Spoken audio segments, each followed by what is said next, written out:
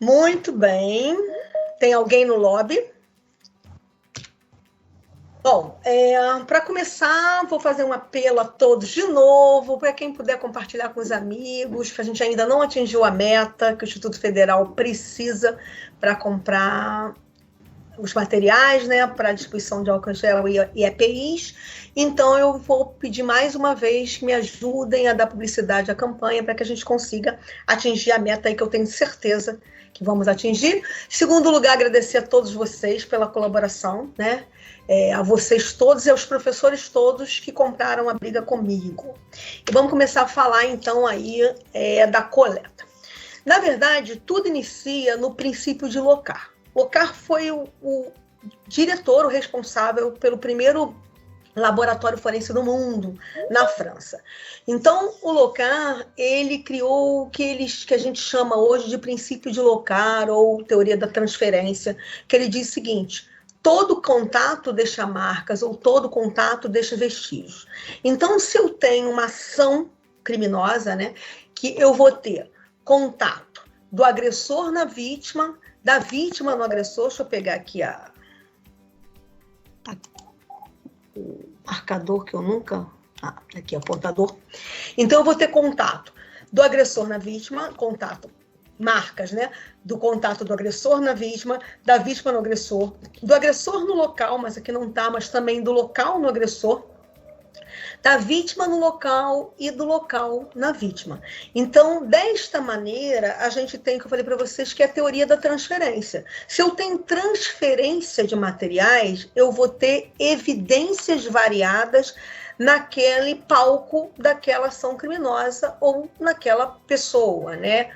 E aí, então, eu posso ter impressões variadas, impressões digitais, que todo mundo já ouviu falar, impressões palmares, né, da palma da mão, impressão plantares, que a gente chama de impressões papiloscópicas num todo. Eu posso ter impressões de ferramenta, eu posso ter variadas impressões, eu tenho várias evidências físicas, que é qualquer material que tenha alguma relação, né?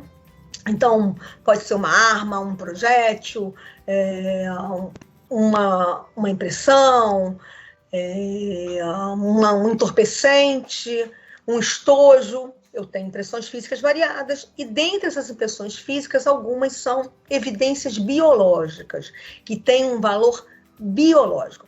E esse conjunto de material de transferência pode estar ou na cena, né, o que foi palco daquela ação delituosa, ou na pessoa. A gente vai ver aqui que a coleta dessas evidências pode ser tanto na cena quanto na pessoa, ou no vivo ou no morto. Já começo logo aí de cara, logo nos primeiros slides aí, com uma questãozinha de prova, que é uma questão do Instituto OCP, que é o Instituto da Prova daqui do Rio, foi do Rio Grande do Norte.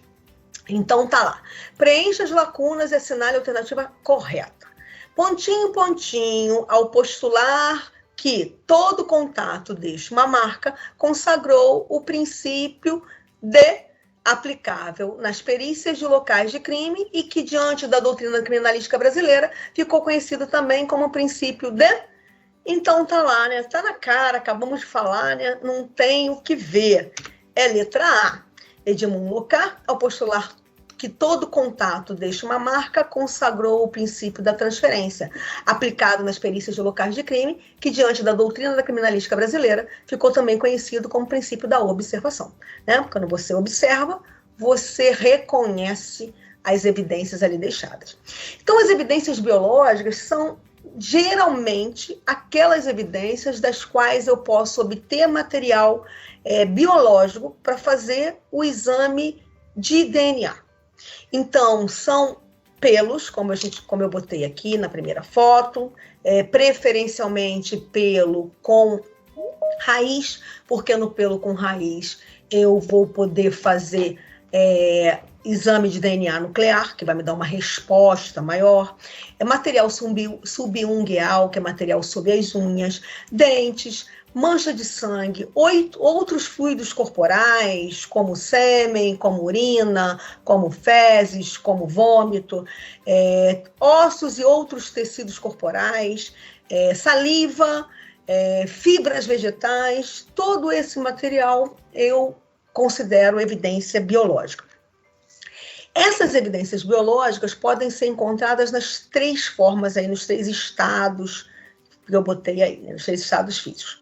Pode ser encontrada de forma líquida, né, empoçada, como está aqui. Pode ser encontrado de maneira úmida, que não está totalmente líquida, mas está úmida, e a gente vai ter um pouquinho de diferença no tipo de coleta de cada forma que essa evidência esteja, ou ela pode estar em forma de crosta, como a gente está vendo aqui, quando ela foi absorvida pelo tecido e acabou ressecando, né, secando e virando uma crosta nas malhas desse tecido. E todos esses fluidos corporais, todas essas substâncias que são chamadas de evidências biológicas, são estudadas por uma área da ciência forense chamada de sorologia forense. A sorologia forense é aquela área que se encarrega de examinar esse material e acaba funcionando como exame prévio ao exame de DNA. O exame que é feito primeiro até chegar ao exame final, que é o exame de DNA, né? Então tem mais uma questãozinha aí, essa da Funarc de Minas Gerais. Sobre o contexto geral do trabalho pericial, é correto afirmar: vidros, metais, graxas, vômito e tecido são considerados substâncias não biológicas. B. Sangue, saliva, esperma, fibras, fezes e urina são considerados substâncias biológicas. C. Mancha é indício que se apresenta sob forma de crosta aderida de uma superfície ou suporte.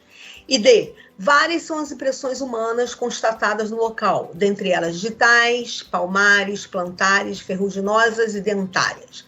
Qual que está correta? Perguntam os senhores. Qual? Quero resposta, tá? Abre o microfone e fala. B. B de bola, né? Por que as outras estão erradas? Vidro, por exemplo, já de cara não é substância... Não, ele já quer não biológica. Vidro é não biológica, metal não biológico, graxa também, vômito não, tecido não. Então tá fora. A C. Mancha é indício que se apresenta em forma de crosta aderida. Não necessariamente crosta. Ela pode estar, a mancha pode ser uma mancha que esteja úmida, é uma mancha que esteja empoçada, então não necessariamente é uma crosta. E D. Várias são as impressões humanas constatadas no local. Beleza, agora digital tudo bem, impressão humana, palmar, impressão humana, plantar, impressão humana, ferruginosa não é impressão humana, então também está errado. O objetivo final, né, como a gente estava falando ainda agora, da análise, da coleta e da análise da evidência biológica, é chegar a quem é o agressor. Então a gente tem que primeiro partir do princípio que esta análise, a análise de DNA, é uma análise comparativa, né? Eu não analiso do nada, não é como os grandes seriados envolvidos em forense nos mostram, né? Que o cara pega lá uma gotícula de sangue no local de crime, analisa, joga num computador, o computador dá nome, endereço, telefone, a tela pisca, toca a musiquinha. Quem dera que fosse assim. Por quê? Porque a gente precisa comparar aquilo que se coleta ou em local de crime ou em alguém que a gente chama de amostra questionada, com uma amostra referência, uma amostra padrão, que pode ser de um banco de dados, que é o que mostra lá naquele seriado. Só que para eu botar qualquer amostra de DNA num banco de dados e conseguir match, tem que ser um banco de dados muito amplo, que eu acho que praticamente país nenhum no mundo tem um banco de dados, acho que nenhum, tem um banco de dados irrestrito, que toda a população esteja perfilada nesse banco de dados. Nós aqui no Brasil, pela nossa lei, estamos ainda montando o banco de dados, montando ainda o code, mas pela nossa lei, somente quem está condenado por crime hediondo é que é obrigado a doar material para este banco de dados. Então, eu preciso desta comparação entre a amostra questionada e a amostra referência, a amostra padrão, aquela que eu sei de quem pertence. Então, a gente tem, na verdade, aí a intenção de formar prova. E a gente tem 2 tipos de prova. A prova subjetiva, aquela prova baseada em prova testemunhal, em prova documental. E eu tenho a prova objetiva, que é a prova pericial, que é aquela que é baseada em ciência. A prova pericial, ela é praticamente incontestável. Por quê? Porque ela é baseada em ciência. Se eu coleto uma mancha pardo-avermelhada, chego à conclusão que é sangue, se um outro colega analisar essa mancha, pelo menos se ele analisar com o mesmo tipo de reagente que eu utilizar e da mesma forma que eu, não tem como eu chegar a um resultado, ele chegar a outro. Se eu achar que é sangue, ele vai achar que é sangue da mesma forma, né? Porque é baseado tem uma base científica para isso.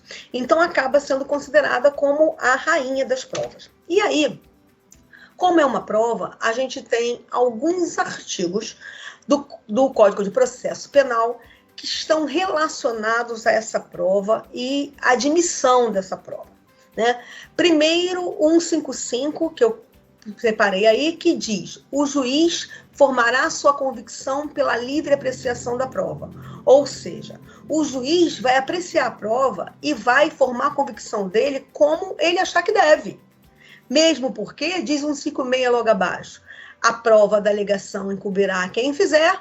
E tem um artigo errado com o número errado aí, que eu não sei qual dos dois. Não me lembro de cabeça.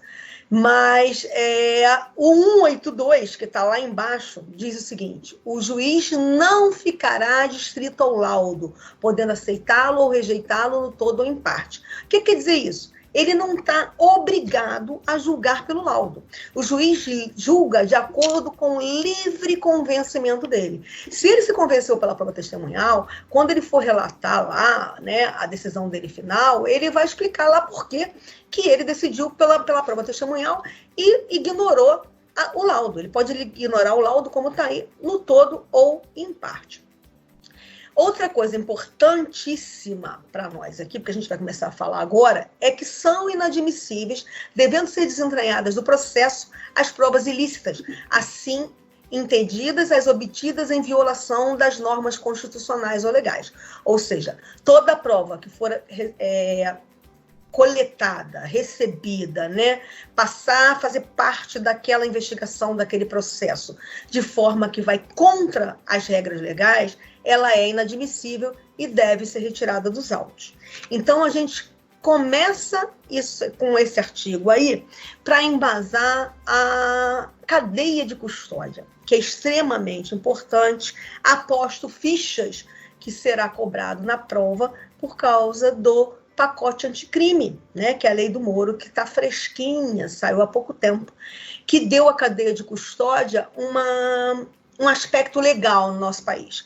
Até 2019, quando a lei saiu, a gente não tinha a cadeia de custódia na lei. A cadeia de custódia já era conhecida doutrinariamente no mundo inteiro. Vários lugares do mundo tinham lei, né? Tinham uma legislação sobre cadeia de custódia, e a gente ainda não tinha. Surgiu agora com o pacote anticrime. Mas a cadeia de custódia sempre teve importância muito grande em todos os lugares, né? Eu tenho que dar àquela prova idoneidade. Idôneo é quando ela é confiável. E uma prova inidônea é aquela que não é confiável, que eu não posso considerar aquela prova como original. E outra, eu tenho que, com essa prova, conseguir rastreá-la, desde quando ela surge, desde que ela foi descoberta, até o descarte dela. Em qualquer fase dessa cadeia de custódia, eu tenho que conseguir rastrear essa prova com confiabilidade, com transparência total. Ou seja, todo mundo que tiver acesso a essa prova tem que estar com o nome descrito lá na etiqueta da cadeia de custódia, com o nome, com o cargo, com a data que manuseou a prova, com o horário, porquê, tudo tem que estar escrito lá. Então, essa origem, essa certificação da origem, essa certificação da destinação tem que estar muito bem rastreada, de modo a ter credibilidade e robustez para ser aceita em juízo, e não correr o risco de ser, como o 182 fala, desentranhada dos autos, né? Por aí, eu não coloquei os slides, que o nosso tempo é curto, mas é por aí que teve a história da absolvição do O.J. Simpson, né? Todo mundo sabe que ele matou a mulher, matou o amigo, várias provas foram encontradas, mas vários elos da cadeia de custódia foram quebrados, que foi alegado pela defesa dele, e ele acabou sendo absolvido, porque num país sério, sem cadeia de custódia, a prova não é válida. Espero que um dia, para nós, seja realmente respeitado isso. Essa é a lei aí do pacote anticrime. Vou falar somente desse capítulo, que é o que nos interessa, que é do exame de corpo de delito, da cadeia de custódia, das perícias em geral. Então tá lá o artigo 158, que simplesmente ele pegou o conceito, que já era o conceito da doutrina, e colocou em um artigo. Considera-se cadeia de custódia o conjunto de todos os procedimentos utilizados para manter e documentar a história cronológica do vestígio coletada em locais de crime ou em vítimas de crimes, para rastrear sua posse e manuseio a partir do seu reconhecimento até o seu descarte, ou seja, em todas as fases. E a própria lei também simplesmente pegou da doutrina e colocou na lei as etapas da cadeia de custódia que já existiam por doutrina, né? Reconhecimento é a primeira, que é aquela fase em que primeiro se deu de cara com a prova, ou num local de crime, ou numa vítima. O isolamento, que fala da preservação dessa prova, para conservar as características dela. A fixação, que é basicamente a descrição da prova, para eu perpetuá-la. A coleta, que é o que a gente vai falar aqui, a gente vai falar daqui do 1 ao 4 hoje.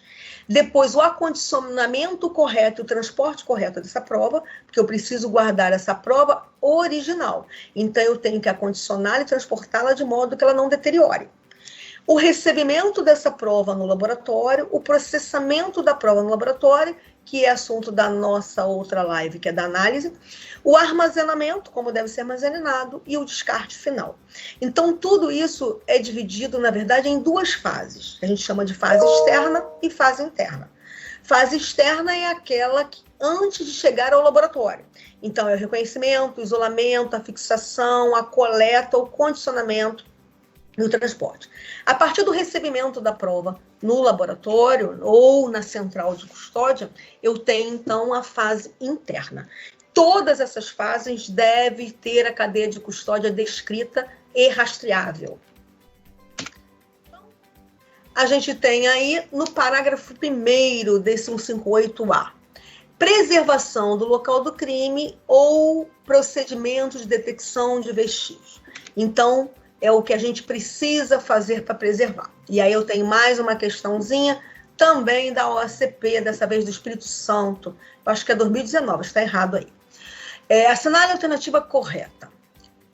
A cadeia de custódia é um procedimento relacionado à qualidade da prova material, sendo definida pelo conjunto de todos os procedimentos utilizados para manter e documentar a história cronológica do vestígio, para rastrear sua posse e manuseio a partir do seu reconhecimento até o descarte. B. Uma vez que o vestígio seja identificado, fixado e coletado mediante procedimentos adequados de cadeia de custódia, será dispensável o exame de corpo de delito. C. A perícia criminal consiste em um conjunto de procedimentos que envolve o uso de conhecimento científico como ferramenta de elucidação criminal, culminando em documento denominado laudo pericial, sobre o qual a autoridade judiciária ficará adstrita em sua sentença. D. A fase interna de cadeia de custódia é inaugurada com a preservação do local de crime ou com procedimentos policiais ou periciais dos quais seja detectada a existência de indícios. E o rastreamento do vestígio é possível apenas na fase de transporte da cadeia de custódia. Qual é a correta? Né? É letra de lei, né? Que já estava na doutrina e agora é letra de lei no 158. É o conceito de cadeia de custódia. Então, tá lá, vamos falar então da segunda etapa, que é o isolamento, que fala, como eu falei para vocês, da preservação da prova. Começando com a preservação do local de crime. Então, a gente tem, normalmente, a primeira pessoa que vai cuidar da preservação do local de crime inicialmente é o policial que primeiro chega ao local, que normalmente é o policial militar. É necessariamente policial militar? Não, mas geralmente é, porque o policial militar faz o policiamento ostensivo, o policiamento de rua. Então, ele, na maioria das vezes, ele é o primeiro a chegar. Então, ele tem que ter uma série de procedimentos, que são procedimentos também doutrinários, né? Não está em lei, é procedimento doutrinário, que ele deve ter para manter essa cadeia de custódia e manter essa preservação. Primeiro de tudo é constatar a segurança do local. O local está seguro para as pessoas que vêm posteriormente para trabalharem? Não tem risco de explosão, não tem risco de incêndio, não tem risco nenhum. Depois, ele vai constatar se a morte existe. Óbvio, né? Porque primeiro bem é a vida. Então, ele vai ter que chegar até o cadáver para constatar, o cadáver ou não, né? A vítima, para constatar se há morte ou não. Então, ele vai escolher o caminho mais curto para ele chegar até esse vestígio, que é o cadáver, né? Evitando pisotear ou alterar os outros vestígios do local, e ele vai entrar e vai sair pelo mesmo local. Porque se ele entrar por um lugar e sair por outro, ele vai estar deixando material dele no caminho, que não é legal. Se a vítima estiver viva, ele vai providenciar socorro e vai instruir, que é a fase 5, o pessoal do socorro de como eles vão agir de forma a não alterar o local. Ele vai efetuar a prisão, se o suspeito ainda estiver lá, e aí, então, ele vai fazer o isolamento desse local. Ele vai verificar por alto onde está, vamos dizer assim, um vestígio mais distante, e ele vai tirar uma margem de segurança que não tem na doutrina uma metragem. As pessoas sempre me perguntam uma metragem correta, cada local é um local. Ele vai ver uma margem de segurança e vai botar a fita de isolamento além daquela margem de segurança, e a partir daí ninguém mais entra no local, está totalmente isolado. E ele vai guarnecer para que ninguém entre no local além do perito criminal, que é o responsável pelo local. Mais uma questãozinha aí, do IGP 2017, a entrada inicial em um local de crime com vítima que foi retirada do local pelo serviço de emergência médica deve pressupor alguma cautela, de modo a preservar as condições do crime, para que a dinâmica dos fatos criminosos seja desvendada e analisada fidedignamente. Nesse contexto, assinale a alternativa que melhor explicita esses procedimentos. A entrada deve ser realizada pelo ponto mais próximo ao corpo de delito e a saída pelo mesmo local, respeitando o trajeto de entrada, desviando-se dos vestígios e preservando o estado das coisas.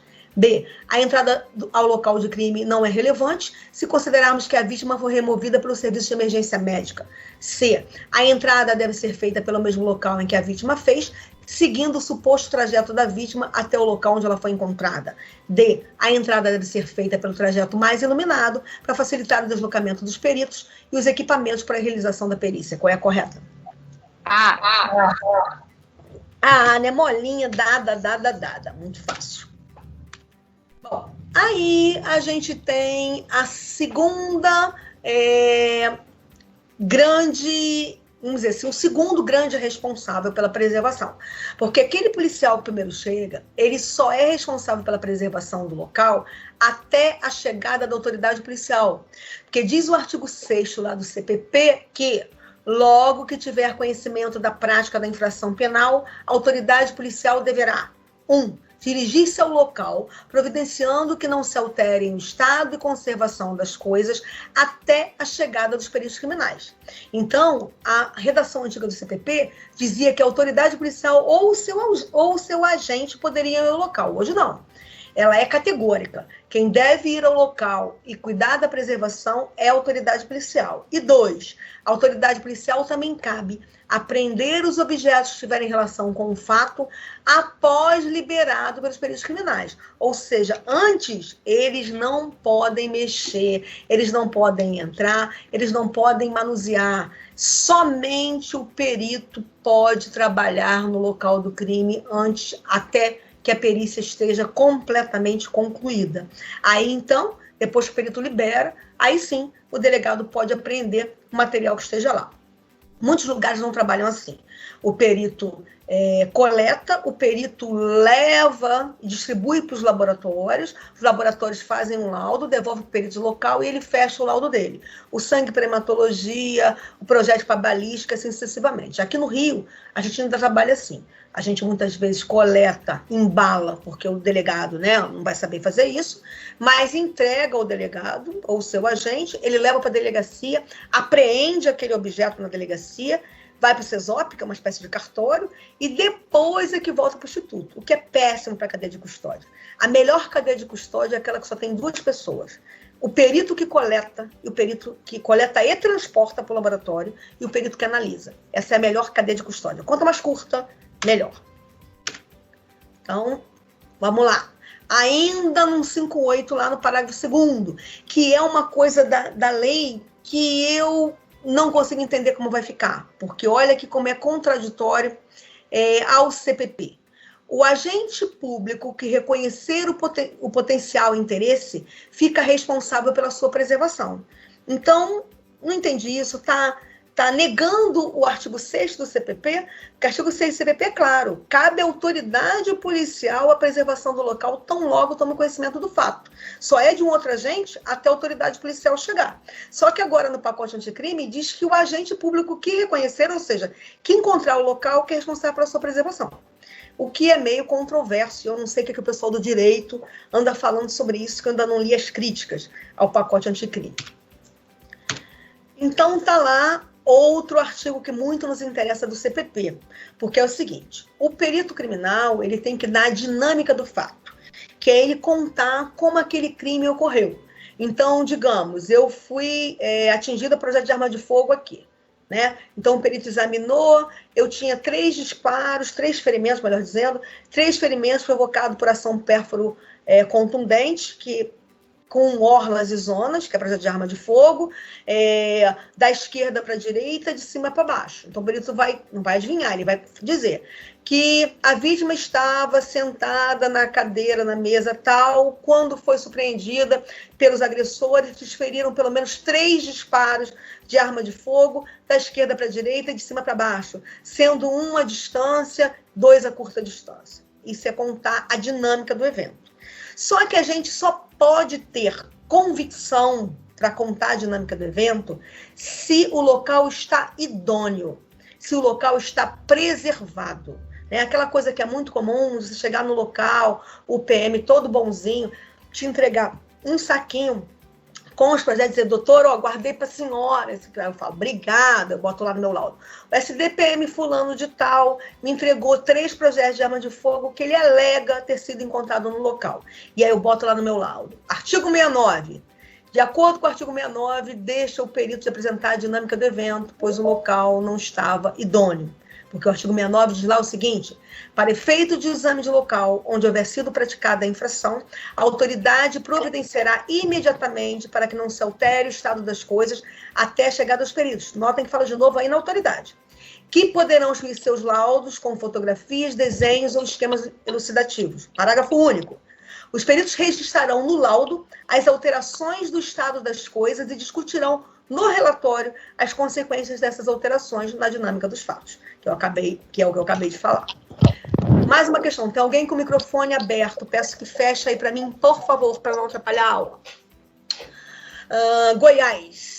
Local de crime não se constitui apenas a região onde o fato tenha sido constatado, mas todo e qualquer local onde existam vestígios relacionados com o evento e que sejam capazes de indicar uma premeditação do fato ou uma ação posterior para ocultar provas, que seriam circunstâncias qualificadas do crime, eu achava que era ser qualificadora, mas também, qualificadas do crime em investigação. Acerca desse tema, julgue os itens a seguir. Então, o que ele diz aí é o seguinte, o local de crime não é só onde a ação foi feita em si. Se, por exemplo, a vítima foi sequestrada num lugar e levada para outro para ser morta, esse local relacionado também faz parte do local de crime. É isso que ele disse no enunciado. Então, ele quer dizer aí que a gente veja o que é certo e o que é errado, tá? Número 1. Em algumas situações, a área de interesse policial pode ser limitada a um pequeno cômodo de uma casa. A equipe policial deve considerar o local de crime uma área menos abrangente, cujos elementos materiais, às vezes percebidos, tornam-se importantes vestígios para o laudo pericial. Verdadeiro ou falso essa um aí? Falso. Falso, né? Menos abrangente não. Quanto mais abrangente, melhor. 2. Para que seja obtido resultado conclusivo, oriundo de levantamento de locais de crime, é de pouca importância a preservação da área a ser examinada e dos itens relacionados com o evento ocorrido, objetos, manchas, cheiros, etc. Verdadeiro ou falso? Falso, né? É muito importante a preservação. 3. Em alguns casos, é possível detectar a não preservação do local devido à impossibilidade de certos vestígios terem sido posicionados em um movimento impensado da vítima e ou do autor para o ponto que tenha sido encontrado, quando dos exames periciais. Em caso de adulteração, o perito sempre poderá determinar as circunstâncias que tenham ocorrido o fato delituoso e retornar as peças aos seus locais de origem. Verdadeiro ou falso? Falso. Falso, né? É claro que muitas vezes, na maioria das vezes, ele não vai conseguir verificar o que aconteceu, se foi alterado. 4. A boa preservação do local do crime dará suporte aos peritos para efetuar o seu trabalho da menor maneira possível, para que se possa chegar de modo mais abrangente e concreto às circunstâncias e autoria do crime, e para que se possa instruir da melhor maneira possível os inquéritos policiais, que são a peça administrativa que dará início à respectiva ação penal. Verdadeiro ou falso? Verdadeiro. Então, apenas uma está correta, que é a letra B de bola. Vamos lá, continuando aí no pacote anticrime. Esse parágrafo aí também me deixou com uma pulga atrás da orelha, como se vai ser visto. Parágrafo 3º. Vestígio é todo objeto visível ou latente, constatado ou recolhido, que se relaciona com a infração penal. A legislação deu um conceito ao vestígio que não é o conceito doutrinário. Como é esse conceito na doutrina? Deixa eu soltar aí. 3 conceitos, aliás, 4 conceitos que tem aí importantes. Primeiro, da doutrina, tá? Primeiro, corpo de delito. Corpo de delito começou a ser usado relacionando-se ao cadáver, ao exame do cadáver. Depois, com o uso do termo, corpo de delito passou a ser o exame de qualquer elemento. Qualquer exame pericial é um exame de corpo de delito. Então, se eu examino o cadáver, é o exame de corpo de delito. Se eu examino uma vítima viva, é o exame de corpo de delito. Se eu examino um projeto de arma de fogo, é o exame de corpo de delito. Uma arma, é o exame de corpo de delito. Uma impressão digital, é o exame de corpo de delito. Uma caneta, é o exame de corpo de delito. Este copo é o exame de corpo de delito, tá? Vestígio, na doutrina, o que era? Vestígio é aquela mancha, objeto, aquele elemento que foi encontrado ou no local do crime ou na vítima, que eu acredito que tenha relação com aquilo que eu investigo, mas eu ainda não tenho certeza. Então, como está na figura que eu botei aqui, cadê a porcaria? Toda hora some aqui.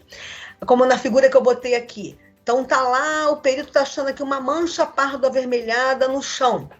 Então, ele acha que essa mancha pardo avermelhada é sangue, mas ele não tem certeza. O que ele vai fazer? Ele vai coletar essa mancha e vai mandar para o laboratório.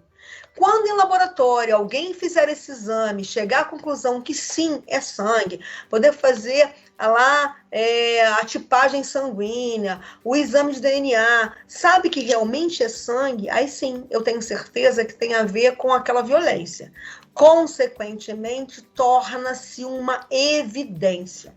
O conceito que o Moro deu no pacote anticrime para vestígio é o conceito que a gente tinha doutrinariamente de evidência, até então, até aqui. Para a gente, vestígio não tinha ainda, vou voltar lá no outro slide, tá? Vestígio para a gente ainda não tinha certeza que se relacionava à infração penal. Somente a evidência eu tinha certeza que se relacionava à infração penal. E agora vão ter que mudar as perguntas de prova, porque agora, segundo a lei, ou então vai ter que ser questionada a questão e vai ser derrubada, porque agora vestígio, pela lei, tá aí, né, seja visível ou latente, constatado ou recolhido, ele é o que se relaciona à infração penal, já. antes da evidência. Detalhe importante, vestígio tanto a gente não tem certeza, né, pela doutrina, não tem certeza que a gente relaciona com a infração penal, que a gente classificava o vestígio em 3 tipos. Vestígio verdadeiro é aquele que sim vai virar uma evidência, né, que tem realmente relação com aquilo que eu investigo. Vestígio ilusório é aquele que foi deixado lá por alguém por acaso. Por exemplo, o PM pisou no local para ver se a vítima estava viva ou não, ficou lá pegada do PM. Aquilo é um vestígio ilusório. Ele deixou lá sem querer, quando ele foi fazer o trabalho dele. E o forjado é aquele que foi deixado lá propositadamente para induzir a investigação a erro. Então, é o próprio suspeito que lavou o local, ou deixou uma outra mancha que não existia, ou deixou lá no cinzeiro um cigarro manchado de batom para dizer que era uma mulher, alguma coisa que ele forjou, realmente é o vestígio forjado. E a própria lei também conceitua o indício. O nome já diz o indício, né? O indício indica. Ele indica um caminho a ser investigado. Então tá lá o conceito. Considera-se indício a circunstância conhecida e provada que, tendo relação com o fato, autorize por indução a concluir a existência de outra ou outras circunstâncias. Esses 4 termos eram muito cobrados em prova de perícia no Brasil inteiro. Então, está lá mais uma questão do Fundatec do IGP 2017. Em relação à coleta, preservação e cadeia de custódia dos vestígios, assinale a alternativa correta. A coleta de vestígios e posterior encaminhamento para exame pericial por parte da autoridade policial, após finalizada a perícia, em um local de crime, caracteriza quebra da cadeia de custódia, visto que, de acordo com o Código de Processo Penal, o CPP, somente o perito oficial está autorizado a realizar esse procedimento, verdadeiro ou falso? Verdadeiro ou falso, gente? Quero ouvir. É ou não é quebra da cadeia de custódia? Estou esperando. Verdadeiro. É verdadeiro. Verdadeiro? O que o CPP fala lá no artigo 6º, no inciso 2? Que a autoridade policial deverá apreender o vestígio depois de liberado pelo perito. Então, se ele lá no CPP diz que a autoridade policial pode fazer isso, não é quebra de cadeia de custódia. Note que ele deixa claro aqui na questão que, após finalizada a perícia já foi feita. Aí o delegado, sim, de acordo com o CPP, pode apreender, isso não quebra a cadeia, tá? Vamos ver o B. Isso poderia ser questionado? Não. Tá na lei, né? Tá no artigo 6º. Vamos voltar lá no artigo 6º, só pra gente tirar a dúvida. Se o meu computador andar lento... Opa, aí! Tá lá, ó. Logo que tiver conhecimento da prática da infração penal, a autoridade policial deverá dirigir-se ao local. Inciso 2. Apreender os objetos que tiverem relação com o fato após liberado pelos peritos criminais. Acabou a perícia, o perito liberou, ele pode apreender. Isso não é quebra de cadeia. Se está na lei, não é quebra de cadeia. Eu discordo, mas está na lei. Eu discordo na forma prática. É aquilo que eu falei para vocês. Quanto menos pessoas manusearem a evidência, melhor essa cadeia de custódia. Se eu passo por um terceiro, né, um coleta, que é o perito de local, o delegado apreende e transporta, e o outro examina, eu estou botando mais uma pessoa nessa cadeia de custódia. Então, eu estou deixando ela mais frágil.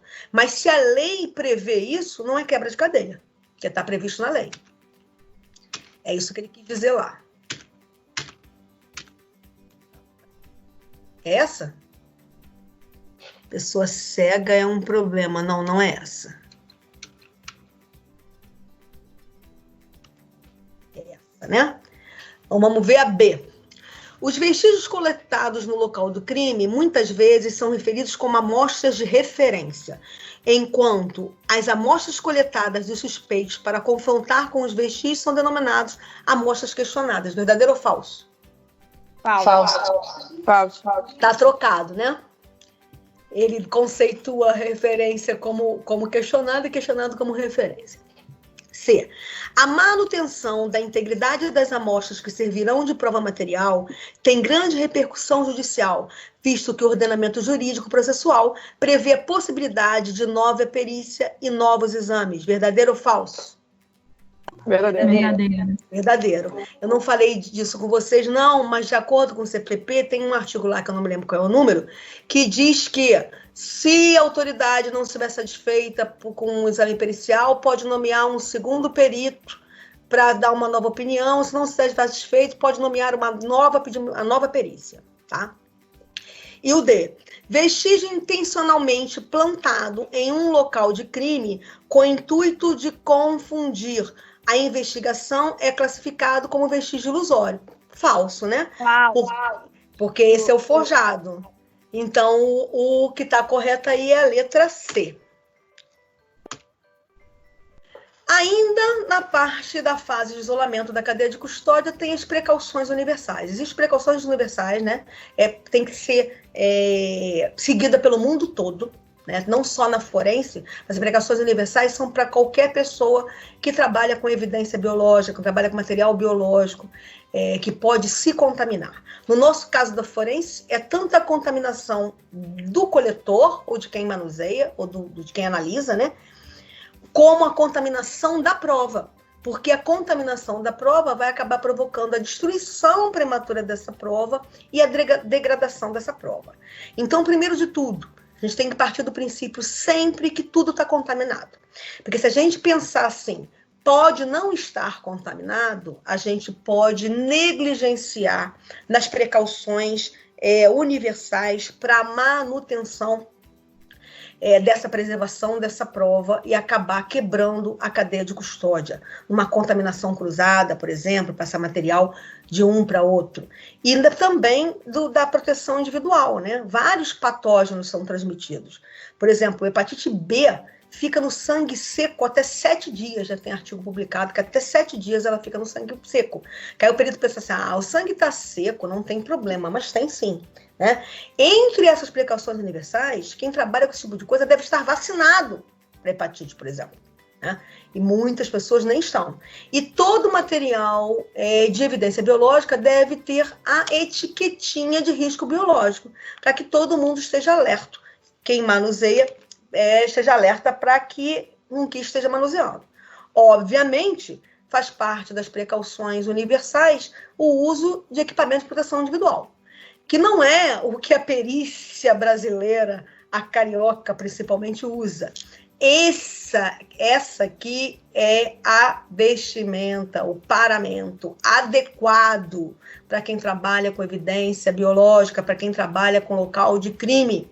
É o macacão que cobre todo o corpo, com capuz, é a máscara, preferencialmente máscara de filtro, é o óculos para proteger a mucosa, é luva e é a cobertura do sapato, que é essa botinha aqui que bota sobre o sapato. Isso tudo deve estar vestido, deve garantir que está em bom estado de conservação, para que não possa ter aí alguma contaminação, né? A gente sabe aqui que, infelizmente, o nosso perito que mais trabalha com evidência biológica, que é o nosso perito de local de homicídio, que são das DHs, trabalha com aquela roupinha que eu digo que é a roupinha do fetiche, né?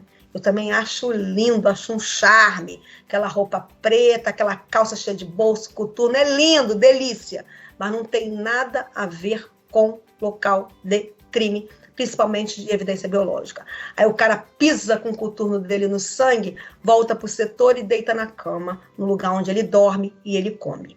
Né? Então, deve ser usado o EPI como essa. Então, usado sempre, em qualquer ocasião, não é só como muitos estados que eu conheço, que já dei palestra, que tem esse material, que a gente nem tem, que eu saiba, a gente não tem. Esse macacão. Mas nos estados que tem, o cara fala, a gente só usa quando é local de cadáver decomposto, putrefeito. Não é só para putrefeito, é em qualquer ocasião. Né? E tem algumas coisas que eu botei que são meio óbvias, né? Não tocar em mucosa, cuidado mesmo com material seco, limpar o instrumento de coleta, se não for um material descartável, esse material tem que ser limpo entre uma coleta e outra, preferencialmente em lixívia, que é hipoclorito a 10%, solução de hipoclorito a 10%. Uma coisa que a peritada não faz, mas que é importantíssima, trocar a luva a cada coleta. Coletei um material aqui, troco a luva, jogo aquela fora, coleto o outro. jogo aquela fora, coleto outro. Por quê? Porque eu vou evitar a contaminação cruzada. Se eu tiver material biológico de várias pessoas, eu tocar com o mesmo par de luvas, eu vou estar levando material biológico de uma mancha, de uma evidência para outra. Remover, descontaminar e descartar o material no fim do exame, isso não existe. A gente não leva uma sacola apropriada para separar evidência biológica, para descartar, não limpa nada, né? Cuidado com os cabelos, né, que não podem estar soltos, obviamente. Cabelo é um vestígio que solta com muita facilidade. Não falar, não respirar sobre a evidência. Selar perfeitamente de modo que ninguém possa abrir e manusear a evidência antes de chegar no laboratório.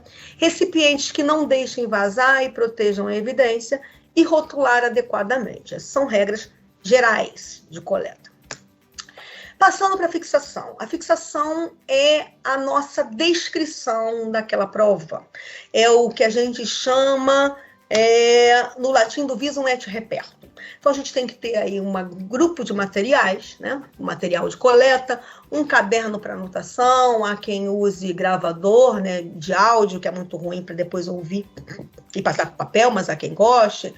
O cara pode filmar, o cara deve fotografar. Ele tem que ter instrumentos de medida, como paquímetros, régua.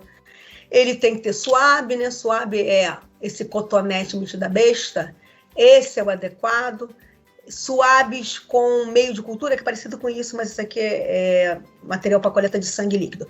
Mas material que tem cultura para exame microbiológico, não é usado para sangue, para fluidos.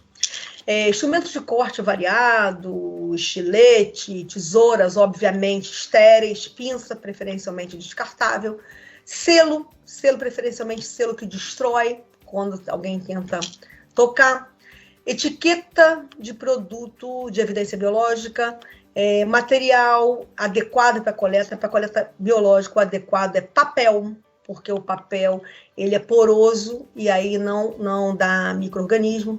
Etiqueta, seguindo os trâmites da cadeia de custódia, saco de descarte, prisma com numeração dos vestígios, escalas para fotografia e alguns reagentes para alguns exames no local de crime.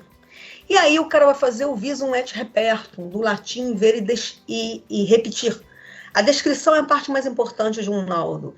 Então, o cara vai descrever anotando tudo que ele puder. Além disso, ele vai fotografar, vai fazer fotografia de longe, preferencialmente com uma lente grande angular, que ele pega a profundidade. Ele vai fazer fotografias de close, vai fazer fotografias com escalas fotográficas para verificar o tamanho. Vai fazer amarração, como a gente está mostrando aqui. Não tá, aqui está o cadáver, então ele vai dizer... o corpo estava com os pés a tantos metros de não sei de onde, o braço direito a não sei quantos centímetros da parede tal. Então, ele vai fazer a amarração dos vestígios, especialmente o cadáver. Ele vai fazer croquis ilustrativos, como está aqui, mostrando o posicionamento de cada vestígio nesse local, onde estava a mancha de sangue, onde estava a pegada, onde estava a vítima, onde estava a arma. E os legistas usam essas silhuetas aqui, onde eles marcam os ferimentos, porque essas silhuetas são silhuetas anatômicas, eu não botei aqui, mas tem uma legenda, ela é numerada, e tem uma legenda onde é cada parte anatômica. Então, se o cara falou, teve um ferimento na região deltoide, o cara vê lá direitinho qual é o número e lê lá na legenda onde é a região deltoide, porque o cara que é jurista não é obrigado a saber isso. Então, a gente vai reconhecer a evidência para fixá-la, pode ser no corpo humano, ou da vítima ou do suspeito, ou pode ser em objetos. Em armas, em roupas, em itens variados na cena do crime. Existem manchas visíveis, evidências visíveis na cena do crime e evidências latentes. Eu uso esse slide com essa camisa aí, que eu não sei nem se é fato. Aonde eu tirei de um site, aonde eu tirei dizia que é um tratamento fotográfico. Mas é para vocês entenderem o que é latente. O latente é quando a mancha está lá e eu não consigo ver. Nesse caso aí, eles alegavam lá que não conseguia ver porque o fundo é muito estampado. Então, dá dificuldade de ver. Então, o cara fotografa de uma maneira que ele visualiza a mancha deste jeito aqui. Porque sem aquele... Não sei se essa porcaria é verdade, né? Mas é só para vocês entenderem que, às vezes, aquela evidência está lá e a gente não consegue enxergá-la sem fazer um tratamento qualquer, que é o que a gente faz com o luminol, por exemplo.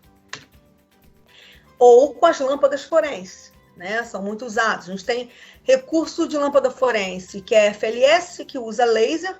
Normalmente a gente usa laser com um filtro para dar o contraste. E a gente tem as alternativas, que é a segunda, que não usa laser. Ou para fluorescer dessa maneira aqui, né, que é uma mancha de sêmen sem estar tratada, e aqui uma mancha de sêmen tratada. Ou para contrastar com um fundo escuro ou com um fundo muito estampado. Como é que isso, qual é o funcionamento disso aí? Isso trabalha com comprimento de onda. Tem várias luzes forenses, cada mancha, ou cada evidência biológica diferente, trabalha numa faixa de comprimento de onda diferente, e cada luz forense trabalha com comprimento de ondas diferente, assim como cada filtro, cada óculos desse trabalha com comprimento de onda diferente. Então, o que ele faz? Quando é jogado a luz na evidência que eu quero observar, ela absorve essa energia e emite aquela faixa de comprimento de onda que ela é sensível, ela emite a luz de volta, que o filtro ajuda a filtrar e ver somente o comprimento de onda que a gente quer. E aí a gente consegue visualizar. Não é considerado um teste de certeza, porque eu tenho tanto falso positivo como tenho falso negativo. Por exemplo, é muito usada para sêmen. Às vezes até detergente pode brilhar, que nem material biológico que dirá sêmen. Além de outros fluidos corporais também brilham. Pode dar falso negativo, por exemplo, pode ter uma mancha de sêmen ali, mas pela quantidade de sêmen, pela idade da mancha, ela pode não brilhar. Então não é considerado prova de certeza. Vamos partir agora para a coleta mesmo, propriamente dita, que é a nossa quarta fase. Então tá lá, primeiro vamos ver os tipos de amostra. Vamos uma por uma. A amostra questionada já falamos, é aquela que nós encontramos ou no local de crime ou na pessoa, né? Que eu quero saber o que é aquela amostra.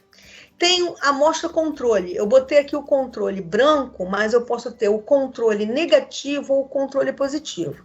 O que é isso? O controle negativo é aquele que eu uso para saber se um suporte não influenciou no teste.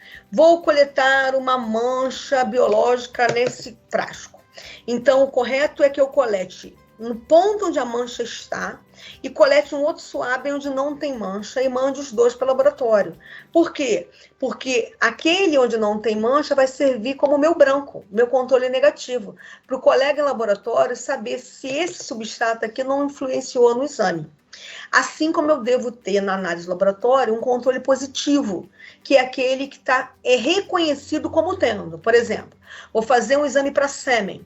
Eu tenho lá no laboratório sêmen, já guardado no laboratório, refrigerado lá, em diversas diluições, e eu tenho lá aquele reagente reagindo naquele sêmen em diversas diluições. E aquele funciona como meu controle positivo, tá? Na hora da minha análise. Né? Eu dei um exemplo aí do tapete, mas já falei sobre isso. A gente tem aí a amostra de eliminação, importantíssima. É aquela amostra de pessoas ou coisas envolvidas no local de crime. Por exemplo, aquela situação que eu falei do vestígio ilusório, da pegada do PM, o correto era eu ter o padrão do solado de todos os PMs daquela área que podem trabalhar e pisar naquele local. O perfil genético de todo mundo que trabalha na homicídios e pode coletar e pode contaminar a prova. O perfil genético do pessoal que trabalha na genética para saber se na hora de manusear eles não contaminaram a prova. Isso que a gente chama de amostra de eliminação, né? E a gente tem a amostra padrão, que é aquela que eu sei de onde veio, sei qual é a origem e vou comparar com a minha amostra questionada. Então, vamos ver os métodos de coleta. Primeiro, no local de crime. Primeiro, a gente tem alguns métodos diferentes, baseados se, por exemplo, se eu tenho um objeto pequeno, um objeto móvel de fácil transporte ou um objeto grande. Se o objeto for pequeno, como uma roupa, como uma faca, como, sei lá, um copo, como um cinzeiro, um objeto que seja fácil de transportar, melhor coisa a fazer é coletar o objeto inteiro, mandar o objeto inteiro para o laboratório, tá? Tem várias vantagens para fazer isso. Primeiro, eu vou minimizar o meu contato com aquela prova, manuseando ela para coletar. Segundo, eu vou possibilitar um exame multidisciplinar. Digamos que aqui eu queira ver uma mancha de sangue em laboratório e queira também coletar impressão digital. Pode ir para papiloscopia e para hematologia ao mesmo tempo, né? Ou ao mesmo tempo não, né? Um de cada vez, mas se eu mandar o objeto todo, todos os dois têm a chance de examinar. Eu não preciso fazer amostra de SWAB de controle negativo, porque eu estou mandando substrato, o colega lá em laboratório mesmo faz. Agora, tem alguns contra. Primeiro, se eu tiver chance de perder a amostra no transporte, por atrito, por alguma coisa, é melhor que eu colete. E eu também vou ocupar espaço numa central de custódia se eu mandar o material inteiro. Obviamente que eu ocupo mais espaço. Se eu tenho um objeto volumoso, é óbvio que eu não vou botar o objeto nas costas e vou levar para o laboratório. Um sofá, um veículo, um assento de veículo, uma estante imensa, eu vou, obviamente, coletar. E eu tenho algumas maneiras diferentes de coletar, né? A primeira que eu coloquei aí é o recorte. Eu uso o recorte especialmente, por exemplo, quando o meu desenho da minha mancha é importante para uma análise futura, como o exemplo de análise de padrão de mancha de sangue. O desenho da mancha de sangue, como a gente está mostrando aqui, diz a gente várias coisas. Se a pessoa estava parada, se ela estava andando, se ela estava correndo, qual é a força, o movimento cinético daquela arma que provocou aquela lesão, o número de golpes, a posição do agressor, a posição da vítima, dá um monte de informações. Então, se isso é importante, poxa, se eu coletar com SWAB, se eu passar o SWAB lá, eu vou descaracterizar a forma da mancha, não é legal. Então, é preferível que eu faça um recorte, né? Então, se eu vou fazer um recorte, aliás, qualquer tipo de análise que eu fizer, primeira coisa é a fixação. Então, eu vou ter que documentar a foto de onde ela está, né, botar ela no croquis, vou ilustrar, vou descrever bonitinho, depois eu vou usar, obviamente, um instrumento estéreo e vou cortar aquela mancha. Eu posso fazer o seguinte, eu posso cortar a mancha num tamanho com uma margem maior da onde ela está, porque aquela margem em torno dela já servirá como meu controle negativo para o colega usar no laboratório. Qual é a vantagem disso? Eu diminuo a diluição. Se eu uso um SWAB, e para coletar em SWAB, a gente umedece, se a mancha estiver seca especialmente, a gente umedece o SWAB em água destilada, eu vou estar diluindo aquela mancha, né? Vou estar diluindo mais, vou estar diminuindo a quantidade de material biológico ali. Então, se eu recorto, eu não vou diluir. Então, eu tenho essa vantagem. E outra vantagem é que eu não vou ocupar espaço na central de custódia, porque eu vou mandar só o material que eu coletei, né? Que pode ser o material líquido, pode ser o material... Como está mostrando aqui, está mostrando líquido, né? A coleta líquida. Mas pode ser o SWAB, pode ser o recorte, pode ser o que eu coletei. O SWAB também é uma técnica. Da mesma maneira, eu vou documentar, eu vou localizar, eu vou ilustrar. Aí eu posso. Se a mancha estiver molhada, como essa aqui da foto, eu vou usar um SWAB seco. Se a mancha for abundante, como essa, basta que eu toque o SWAB na mancha e deixe ele absorver completamente. Se for uma mancha maior, eu posso até passar o SWAB de um lado para o outro aqui, para ele ficar bem embebido, que aí eu tenho uma quantidade maior de SWAB. A gente, tendo material, nunca coleta um SWAB só. A gente coleta vários SWABs e numera o SWAB. No SWAB número 1, SWAB número 2, SWAB número 3, a ordem da coleta. Se a mancha está seca, né, está coagulada, eu vou usar um SWAB molhado em água destilada. Então, eu vou usar o SWAB aqui molhado e aí consigo tirar. Ou posso usar também a técnica de SWAB úmido e seco. A gente vai ver que saliva, por exemplo, a gente usa essa técnica aqui. A gente primeiro pega um SWAB com água destilada, passa sobre onde a mancha existe, depois pega um SWAB seco e passa onde a mancha existe e etiqueta com molhado e seco, úmido e seco. Um detalhe importante, se eu tiver pequena quantidade de material biológico, uma gotícula pequena, como essa aqui, eu não vou esfregar o SWAB aqui. É melhor que eu toque a ponta do SWAB na mancha e deixe concentrar a mancha na ponta do meu SWAB, porque eu vou aumentar a chance de achar alguma coisa do meu colega de laboratório. Não vai ocupar espaço, mas se eu usar um SWAB umedecido, eu vou diluir aí essa mancha. eu posso usar também a raspagem. A raspagem a gente usa em superfícies não absorventes, como azulejo, como o piso. Sempre eu vou localizar, vou descrever, vou fixar, vou ilustrar. E aí eu vou usar aí um bisturi descartável ou um instrumento qualquer de coleta que esteja estéreo. E aí eu vou raspar essa mancha. Mas tem aí um grande contra. Quando eu raspo a mancha biológica, eu vou pulverizar essa mancha. Vai criar um monte de floco. E é muito difícil eu controlar esses flocos para que ele não espalhe em torno, né, que está pulverizado. Ele é leve, né, então ele vai se espalhar. Ele pode acabar contaminando outras manchas em torno de onde eu estou coletando. Então, às vezes, pode ser que não seja muito interessante. E outra, eu tenho dificuldade para concentrar isso aí. Então, eu concentro, normalmente eu raspo isso com papel embaixo e faço uma dobra farmacêutica desse papel para enviá-lo para o laboratório. Então, vamos aí mais uma questão. IGP Rio Grande do Sul. Considerando o procedimento operacional padrão na coleta de sangue em local de crime, é correto afirmar que A. São suporte móveis, facas, armas de fogo, vestes, pontas de cigarro e veículos, verdadeiro ou falso? Falso. Falso, né? Veículo não é suporte móvel, né? A gente usa recorte. B. A coleta de amostra seca sobre superfícies não absorventes deverá ser feita com suave estéril umedecido em água destilada. Verdadeiro ou falso? Verdadeiro. Verdadeiro. Essa questão aí eu questionaria. Essa mesma é a correta? Mas veja bem o que ele diz aí. Deverá ser feita com suave estéril. Ela não deverá, ela poderá. Ela pode ser feita também por raspagem. Aí ele pode considerar, mas a raspagem pulveriza. Então é preferível que seja feita num suave com água destilada. Mas ele não diz aí preferivelmente, ele diz deverá. Somente assim.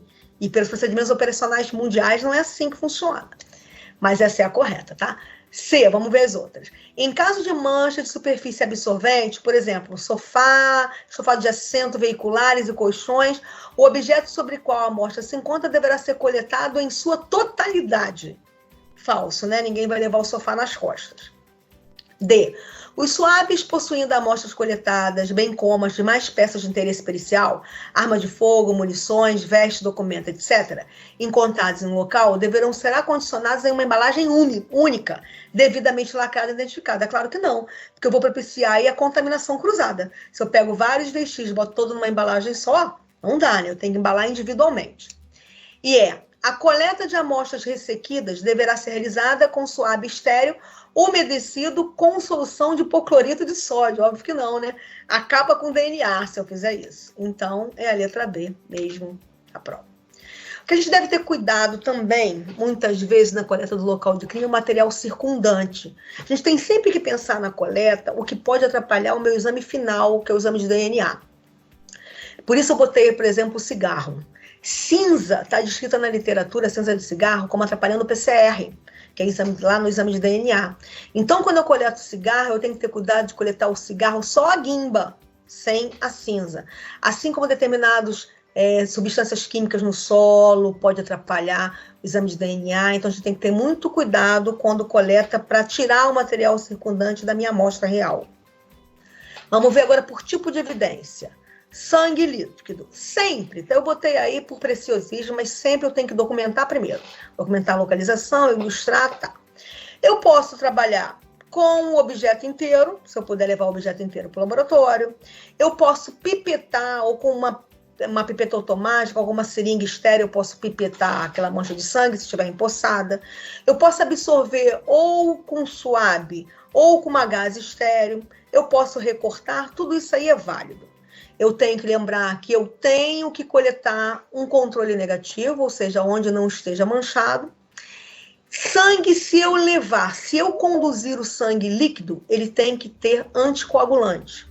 Normalmente se usa o EDTA, que é a da tampa roxa, né? Porque o EDTA não atrapalha o PCR. Porém, há autores, artigos hoje, que afirmam que o DTA, apesar de não atrapalhar o PCR, não atrapalhar o DNA, ele atrapalha alguns exames que a gente vai ver na aula de análise, são os exames prévios da amostra biológica. Então, alguns aconselham a destrose ou citrato. Mas a maioria dos procedimentos operacionais mandam usar o DTA. Se eu coletar líquido, além do anticoagulante, eu não posso congelar, porque é óbvio, né? É igual a gente botar a cerveja lá no congelador e esquecer ela. Ela vai dilatar e vai quebrar, e eu vou perder a minha cerveja. Nesse caso, eu vou perder a minha amostra. Então, eu não posso congelar. Refrigerar é o correto. Se eu não coletei líquido, se eu coletei num suave, por exemplo, eu tenho que secar essa amostra, esse suave, antes de empacotar. Nunca se guarda evidência biológica úmida ou molhada, porque água é excelente meio de cultura para micro-organismo. Umidade tais micro-organismo. O micro-organismo atrapalha os exames de DNA. Então, você coletou, tem que deixar o suave secar, e secar ao ar, abrigado de luz, de passagem de pessoas, de sol direto. Secou, depois de seco você vai embalar, embalando sempre em papel, porque papel é poroso. Evidência biológica não vai para recipiente fechado, nem para plástico, nem para vidro, porque molhado, né? Porque isso vai criar ali um ambiente propício, quente, úmido, para criação de micro-organismos. Roupa embebida em sangue. Eu não tenho condições de secar uma roupa embebida em sangue, obviamente, no local. O correto é que, por exemplo, as delegacias de homicídio, que eu acho que não tem quase certeza absoluta, tivessem uma sala, um laboratório, onde o colega pudesse trabalhar essa amostra antes de ser enviada para o laboratório em si. E quando a gente coleta a roupa, o correto, eu não achei uma foto decente, essa foto que está errada, que eu não achei uma decente. O correto é que nesta bancada, onde eu vou botar a roupa para secar, eu forro essa bancada com papel estéreo, que é aquele papel de bancada mesmo. Nota que saiu um jornal, mas foi a melhor foto que eu achei na internet. Você tem que forrar com um papel, expor a roupa esticadinha para secar ali, depois tem que embalar a roupa com o papel para mandar para o laboratório para ser analisado. Cuidado importante aí é que, às vezes, o padrão da forma da mancha de sangue na roupa pode ser importante para analisar. Então, eu tenho que ter cuidado para, quando eu expor a roupa para secar, eu não criar padrões que antes não existiam naquela roupa, né? Da mesma forma, depois de seco, eu vou embalar, embalagem sempre de papel, etiquetar e enviar para o laboratório. Mancha seca. Eu posso usar o suave umedecido, detalhe que eu não tinha falado antes, com a quantidade mínima de água que eu puder colocar, porque quanto menos água eu colocar, menos eu diluo a amostra. Ou eu posso usar, como eu falei lá, que critiquei aquela questão, um bisturi. Um bisturi estéreo, né, ou um descartável, ou estéreo, que eu vou fazer a raspagem. O ruim da raspagem, como eu falei para vocês, é que pulveriza. Então, às vezes, pode não ser interessante, que eu posso perder material, ou eu posso contaminar outras manchas em torno. Eu tenho que ter sempre o controle negativo, eu tenho sempre que secar, antes de embalar em papel, etiquetar e enviar para o laboratório. Para pulverizado, que é a raspagem, o melhor é uma dobra farmacêutica. Aqui eu estou mostrando como faz uma dobra farmacêutica. Um papel que fica dividido, como está aqui, em 9 partes, que eu vou juntar aquele material pulverizado aqui no meio, vou dobrá-lo completamente assim, vou selar toda a borda dele. Porque aí eu não vou correr risco que esse material pulverizado se perca no caminho até chegar no laboratório. A amostra de sêmen. Primeiro aspecto da mancha, né? A mancha vai de branco ao amarelado, mais clara inicialmente, escurecendo com o tempo. Tem odor característico, que é das fosfatases, né? Que é aquele odor de água sanitária. Quanto mais fresco, maior odor. Ele tem aquele aspecto engomado, que é um aspecto que eles chamam como de mapa, que é aquele bordo recortado. Então, o aspecto já me indica aí, já é uma prova de orientação que seja sêmen. Muitas vezes o sêmen não é fácil de ver, aí eu uso aquelas luzes forenses para analisar o sêmen, porque ele vai me dar uma mancha fluorescente. Depois que eu localizo essa mancha, eu então pego uma caneta permanente e faço um risco aqui em torno dessa mancha para que o colega lá em laboratório localize a mancha com facilidade. Imagina enviar, né, um lençol inteiro para o colega de laboratório, que ele lá, coitadinho, vai ter que escurecer o ambiente, usar uma luz forense com um filtro e ficar procurando pedaço por pedaço daquele lençol onde aquela mancha está. E você com a mancha fresca no local deve ser muito mais fácil, provavelmente é muito mais fácil de achar. Mancha de sêmen é também óbvio, se for um objeto pequeno, envie o item inteiro. A amostra líquida, sempre, como eu falei para vocês, eu tenho que sempre coletar muitos swabs. Quanto mais swabs eu coleto, maior a chance de achar material biológico. Então, pelo menos 2 swabs, né? Vou sempre deixar secar, vou sempre empacotar em papel. Se o swab, inclusive para sangue isso, se eu coletei mais de um swab e é da mesma mancha, a mancha está localizada aqui. Era uma mancha que estava aqui nesse óculos toda junto. Se eu usei mais de um swab nesse óculos, eu posso empacotar tudo junto, porque é uma mancha só. Eu só não posso empacotar junto quando são manchas diferentes. Eu tenho uma mancha aqui no óculos, uma mancha nesse copo. Pode ser que essa venha de uma pessoa e essa venha de outra. Então, obviamente, a contaminação cruzada se eu empacotar junto. Mancha seca, eu posso umedecer o swab, assim como eu faço no sangue, também vou deixar secar, vou embalar em papel, vou etiquetar e vou enviar. Ou eu posso raspar ou eu posso recortar, como a gente já viu. Sempre sem esquecer o controle negativo, que é uma amostra da onde não tem mancha. Preservativo com amostra líquida. Eu tenho 2 maneiras, né? Eu posso ou deixar secar, coletar com swab lá do preservativo que está com a amostra líquida, coleto lá o swab, deixo o swab secar, empacoto em papel, em conjunto, se é do mesmo swab, mesma camisinha, em conjunto, camisinha separada dos swabs, etiqueto, mando para o laboratório. Ou eu posso mandar para o laboratório, que é melhor, a camisinha inteira.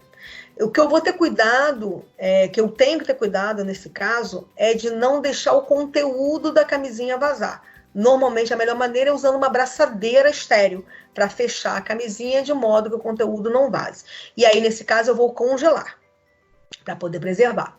Roupa de cama, eu tenho a opção de ver toda, lembrando sempre de marcar onde a mancha está. Eu tenho condição de usar o swab, se ela estiver seca, usar o swab umedecido, deixar secar, embalar. Tenho condição de raspar ou recortar. E, como qualquer amostra, eu tenho que ter o controle negativo.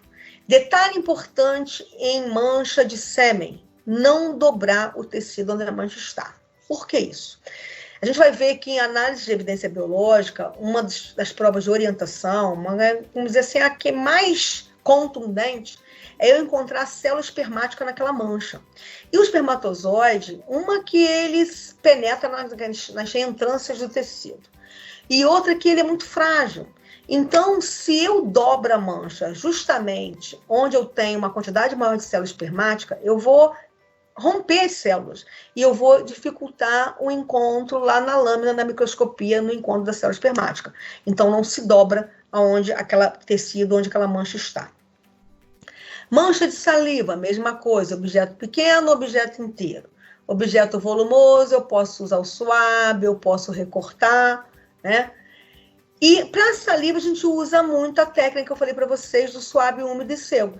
Eu pego o swab úmido, passo onde a mancha de saliva está, depois eu venho com o swab seco, como se estivesse secando aonde eu molhei, etiqueto qual é o úmido, qual é o seco e mando para o laboratório. Objetos que possam conter saliva, como guimba de cigarro, pirulito, bala, chiclete, o ideal é que mande para o laboratório direto.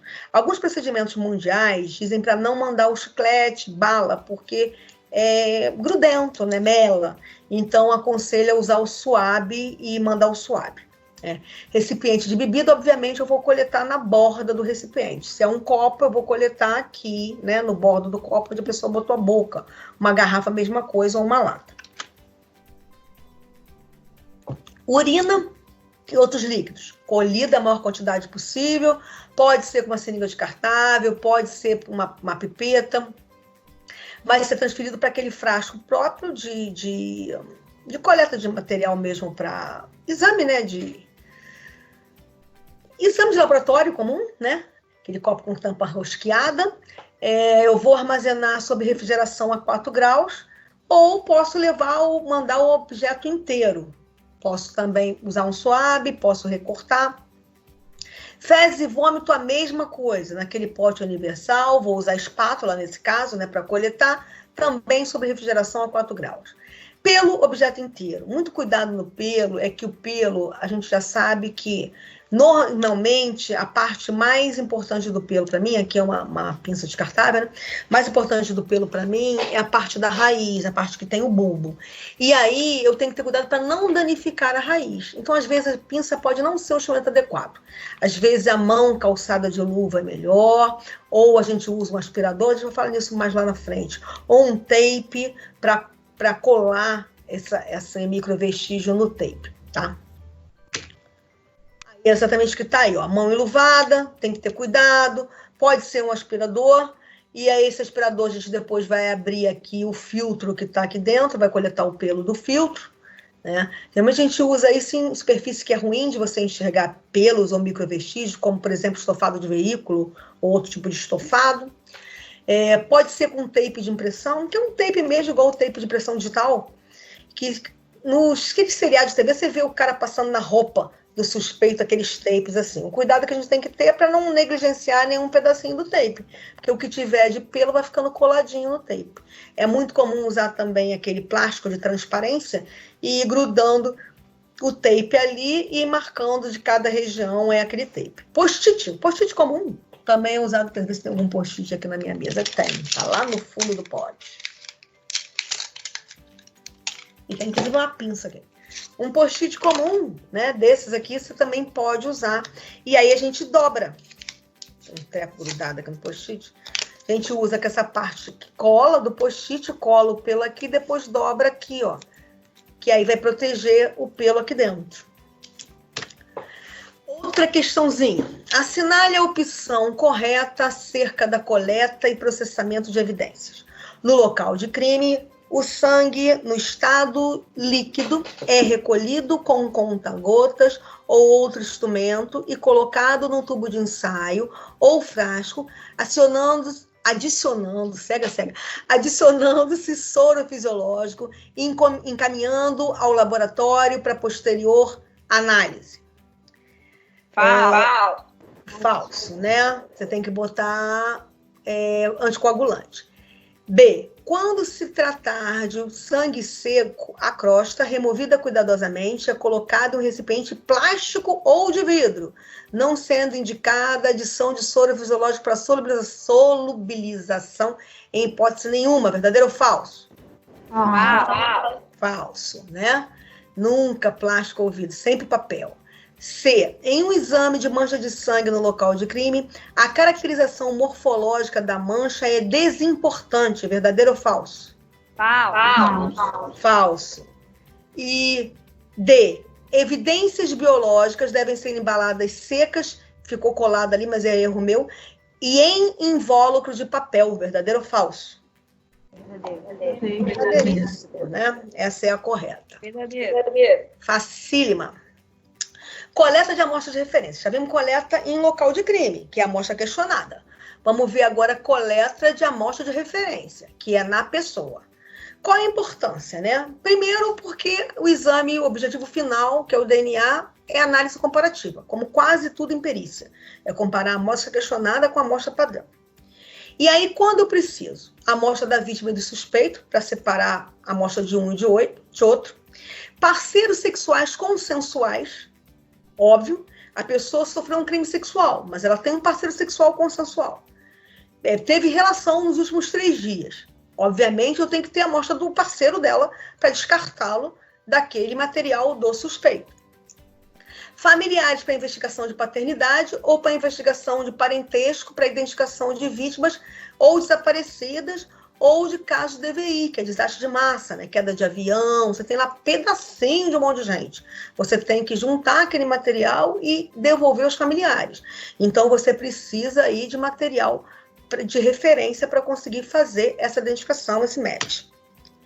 Então, primeiro de tudo, vou coletar no vivo, eu preciso ter um termo de consentimento livre e esclarecido. Isso está, inclusive, no pacote anticrime. doação do material genético tem que ser espontânea, tem que ser voluntária. A pessoa tem que aceitar doar o material. E aí você tem que ter, nesse termo de consentimento, explicando para ela como é a técnica, qual é a técnica que você vai usar. E que ela está doando de forma voluntária e espontânea.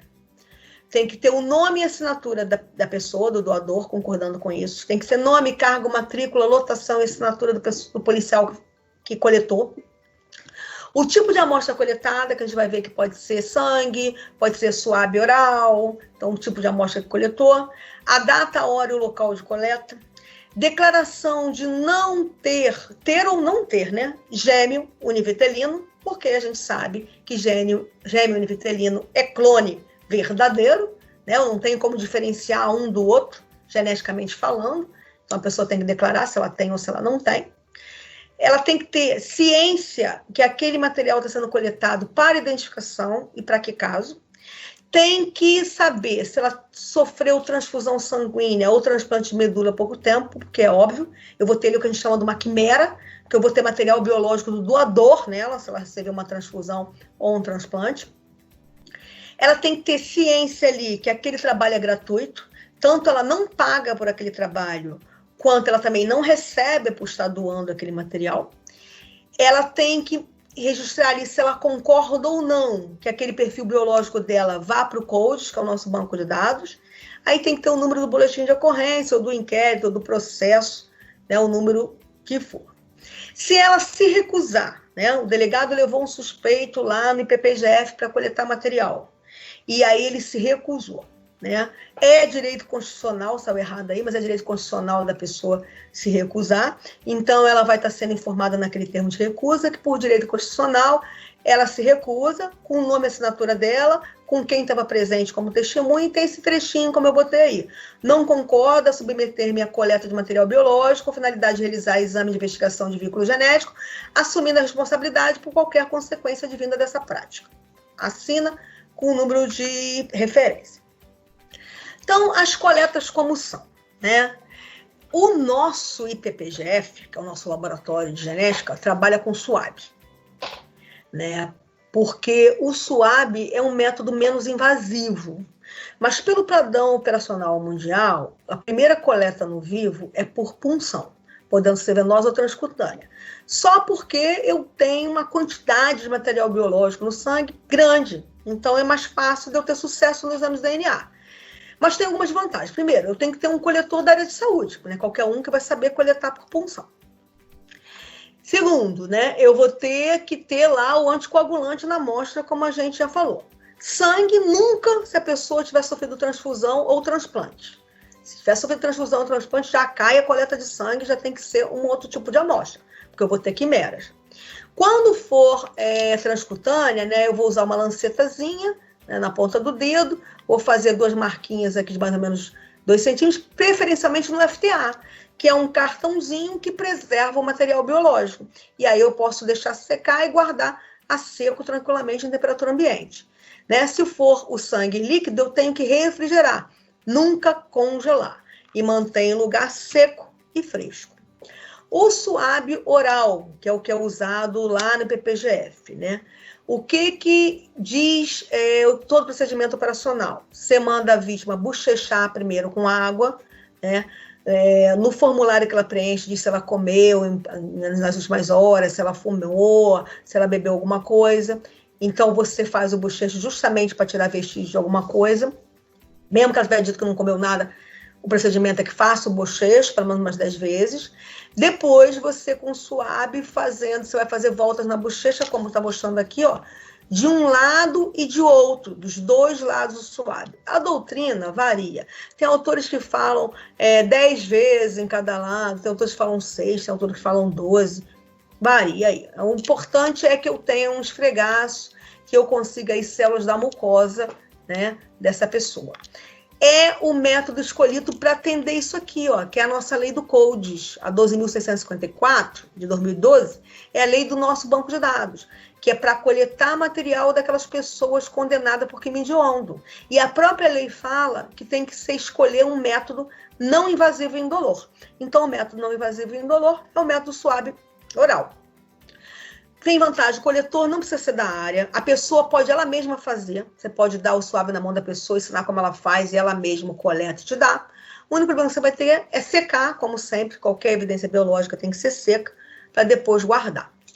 Outro tipo de coleta, a gente não faz no país, nunca vi ninguém fazendo aqui, mas é preconizado em todo o procedimento operacional padrão do mundo, inclusive do FBI, do mais novo, inclusive, que é a coleta de pelo. Esse pelo, primeiro, que não pode ser, tem que ser pelo arrancado, né? Você vai pentear vigorosamente.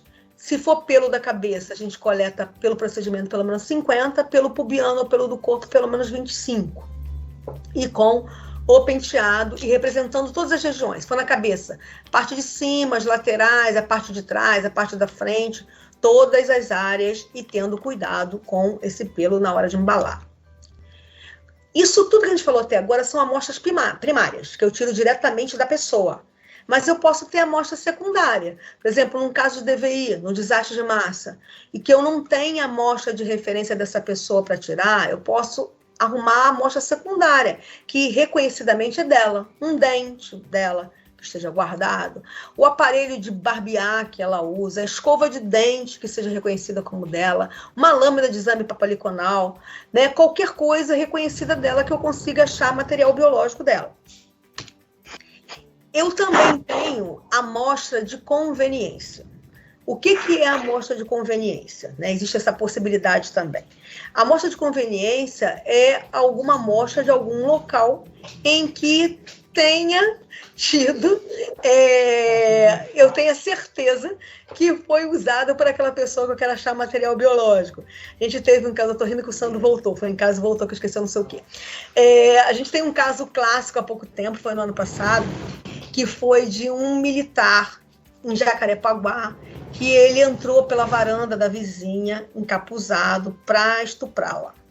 E aí ela entrou em luta com ele, o pente da pistola dele caiu na casa dela, ele foi embora. Ela pediu socorro pelo WhatsApp do prédio, e ele se ofereceu para ajudar, porque na verdade ele queria pegar o pente dele, porque ele era da Marinha, e a arma era da Marinha. Se achasse o pente dele, pela numeração, ia chegar a ele. Só que quando ele foi à casa dela ajudá-la, ela reconheceu a voz dele. E ela disse para a polícia que tinha sido ele. E, obviamente, ele negou. E aí, o que o inspetor fez? O inspetor até é irmão de uma aluna aqui. O inspetor convidou que ele fosse à delegacia prestar depoimento, botou uma câmera onde ele ficou esperando com o advogado dele. Ele era fumante e ele ficou fumando e apagando o cigarro ali. E o inspetor filmando de longe, né? Quando ele foi depor, o inspetor foi lá, filmou toda a coleta, mandou para o IPPGF e deu match. Era ele, né? Então, aí é uma amostra de conveniência. Então, mais uma questãozinha aí. Com relação à coleta de amostra para exame pericial de DNA, é correto afirmar que a coleta A amostra referência em pessoas é voluntária e exige consentimento livre e esclarecido. Verdadeiro ou falso? Verdadeiro. Verdadeiríssimo. Vamos ver as outras. A amostra referência de pessoa presa é permitida legalmente, mesmo sem ser voluntária. Verdadeiro ou falso? Falso. Falso é só para quem está condenado em crime hediondo.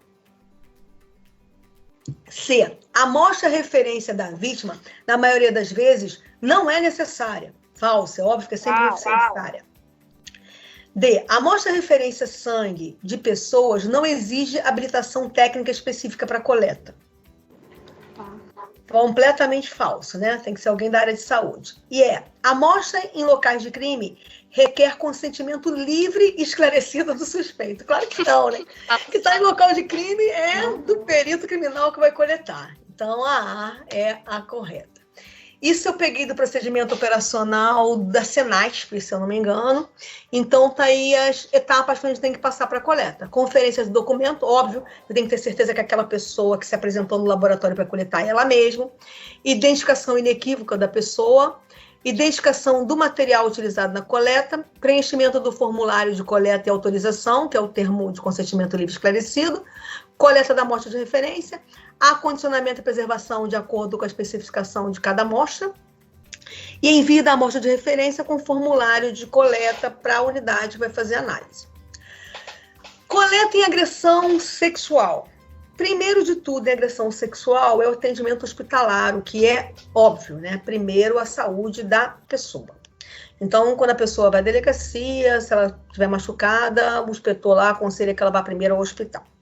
Vários lugares do mundo, a coleta é feita direto no hospital, né? Para a pessoa não ter que ir no hospital e depois ir para legista. Aqui não. Aqui, apesar de ter uma lei já no SUS para essa coleta, nós ainda não fazemos assim. A coleta é feita conosco.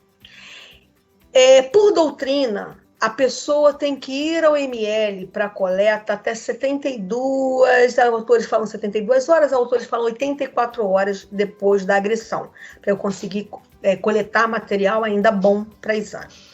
Outra coisa importante, se a pessoa tomou banho, se ela se lavou, não elimina o exame, porque eu vou fazer o exame interno, vou coletar material do canal vaginal, vou coletar material anal, então o banho não vai atrapalhar em nada, só atrapalha a coleta externamente. Aí eu tenho que fazer uma entrevista com a pessoa de alguns dados, né? Dados gerais dela, se teve relações sexuais nas últimas 72 horas, se usou algum produto vaginal, se fez lavagem, que às vezes as pessoas fazem, se ela vomitou, se ela urinou, se ela defecou, se ela tá com a roupa que ela foi agredida ou se ela mudou de roupa, se tem algum dado ginecológico importante, alguma doença, alguma anomalia. Dados da agressão, qual é o local, a hora e a data, e qual o tempo decorrido entre a agressão propriamente dita e a coleta.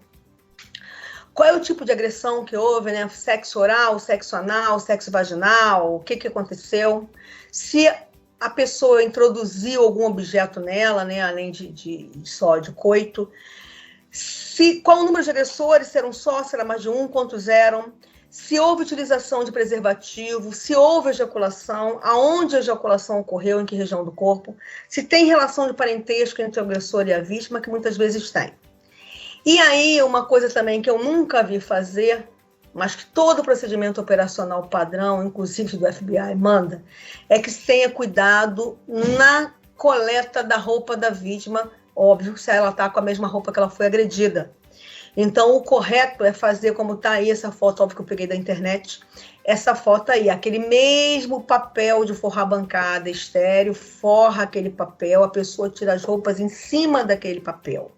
E as roupas devem ser enviadas para o laboratório de análise de microvestígios, embalada nesse papel. Por quê? Pode ter microvestígios, pode ter alguma mancha, pode ter algum pelo do agressor que sirva aí como prova. Então, deve ser apreendida, as roupas devem ser apreendidas. A coleta deve ser feita de acordo com o relato da vítima. Fala, ele mordeu aqui, então eu vou coletar ali. Ele beijou aqui, eu vou coletar ali. Vou coletar conforme ela falar. Eu vou sempre coletar mais de um SUAB e a gente já sabe que quando a gente coleta mais de um SUAB, a gente numera o SUAB com a sequência da coleta. Se ela contar que houve ejaculação na boca, a gente vai coletar primeiro aí, porque vai sumir rápido. E vai coletar preferencialmente entre dente, gengiva, embaixo da língua, que é a região onde eu tenho uma chance maior de encontrar material genético do agressor aí. E aí eu vou para as outras coletas, né? SUAB cervical, vaginal, vulvar, SUAB anal e perianal, SUAB peniano, escrotal, às vezes na mão do agressor também. Para a região cervical, vulvar, vaginal, anal, perianal, a gente coleta 4 SUABs. Aqui no BPGF também esse é o procedimento. Primeiro e segundo vão para análise de DNA, o terceiro e o quarto vão para análise das proteínas existentes no sêmen, e PSA, né, e semiogelina, as proteínas existentes no sêmen, espermatozoide, para todos, o SUAB cervical, anal. Para coletar SUAB cervical, anal, vulvar, eu não vou fazer um esfregaço da mucosa, porque me interessa ali a secreção que está no canal, e não a mucosa, senão eu vou coletar muito mais material da vítima do que do agressor, e a minha intenção ali é coletar material do agressor. No caso do agressor, né, eu coleto quando a agressão ele se apresentou, né, ou foi preso, e a agressão, essa prisão foi com menos de 24 horas da agressão e que ele não tomou banho. Aí a gente escolhe, de preferência, coletar nessa região aqui, ó, que é o sulco bálano prepucial, porque eu tenho um acúmulo maior de substâncias aqui. Vai guardar um acúmulo maior de substância aqui. Mas eu coleto também na região do escroto, coleto toda a região do pênis e coleto nas mãos do agressor também. Posição para suave cervical, vaginal e vulvar, posição ginecológica. Para suave anal, pode ser na posição ginecológica ou nessa posição aqui, ó, que a gente chama de gênito, né? Que aí eu vou coletar com movimentos rotatórios também na região anal aí, perianal. Especialmente se há relato de luta da vítima com o agressor, eu vou coletar material subungueal, que é material sob as unhas. Posso coletar com suave, umedecido, um para a mão direita, um para a mão esquerda, que eu vou indicar na minha etiqueta. Posso fazer raspagem sobre a unha, como aqui, né? Isso no vivo. No morto a gente pode cortar também a unha, a gente vai falar mais à frente. Se tem mordida, eu vou coletar naquela técnica do suave, úmido e seco, na região onde está a marca do dente, na região interna, primeiro com úmido, depois com seco, deixo secar e guardo para ir para o laboratório. Penteado púbico é bem-vindo para ver se encontra pelo genital do agressor. Mais uma questão de odonto. O periodontologista deve ficar atento quando examinar uma marca de mordida aos indícios biológicos criados pelo agressor na vítima. Uma cuidadosa coleta de saliva deixada no local da mordida poderá indicar o criminoso pelo exame genético molecular desse material comparado com o do suposto agressor. O material para extração de DNA e amplificação em amostra de saliva encontrada sob a pele na região da marca da mordida oferece melhores resultados com a seguinte técnica. A. Remoção de parte da pele do local onde possivelmente haja saliva armazenada em recipiente próprio enviado ao laboratório, acompanhada de amostra de sangue da vítima. Verdadeiro ou falso? Falso, né? Ninguém meio vai sair mórbido ninguém, né? B. Um suave seco girado em toda a área da marca da mordida, sem contato manual direto, embalado em recipiente próprio, enviado ao laboratório, acompanhado de amostra de sangue da vítima. Verdadeiro ou falso? Verdadeiro. Falso. Primeiro é úmido. Falsa. Falso. C. Um suave umedecido em água destilada, girado em toda a área da marca de mordida, sem contato manual direto, e outro seco, com os mesmos cuidados do anterior. Após a secagem natural do suave umedecido, ele é embalado em recipiente próprio e enviado ao laboratório, acompanhado de amostra de sangue da vítima. Verdadeiro ou falso? Verdadeiro. Eu não falei isso, foi até uma falha minha, mas quando a gente faz a amostra de referência no vivo, é legal que se façam duas, pelo procedimento operacional. É suave oral e sangue, né? Façam dois tipos. D. Um suave umedecido em formol a 40%. Você nem lê mais nada, né? O formol destrói o DNA, então tá errada D, errada E. Consequentemente, a C é a correta. Coleta no morto. A gente falou da coleta de referência do vivo, agora vamos falar no morto. Primeiro, procedimento operacional padrão mundial, tá? O POP mundial diz que a preferência no morto fresco é punção de sangue com anticoagulante da cavidade pulmonar. No nosso aqui, eu acho que a PGF não manda coletar sangue, não. Manda coletar amostra de tecido, se eu não me engano. Tá? Mas estou falando do mundial porque eu não sei o que a banca vai pegar. Eu pegaria, não sei qual é o procedimento operacional nosso, eu pegaria o que tem no mundo todo. E o mundo inteiro fala que o melhor é sangue da cavidade cardíaca. Deve ser refrigerado, nunca congelado. 2 suaves, se for coletar, né? 2 suaves, deixa secar. Eu posso também pingar o sangue num cartão FTA e deixar secar e guardar. Ou eu posso coletar 2 centímetros cúbicos de um tecido menos degradado que tiver. Normalmente músculo esquelético ou pelo, né? Se eu for coletar tecido, músculo, eu vou colocar em recipiente de boca larga, com tampa rosqueada como essa, né? Eu vou guardar sobre refrigeração, óbvio, senão deteriora. Não posso botar nenhum líquido preservativo, formol, formalina, nada disso.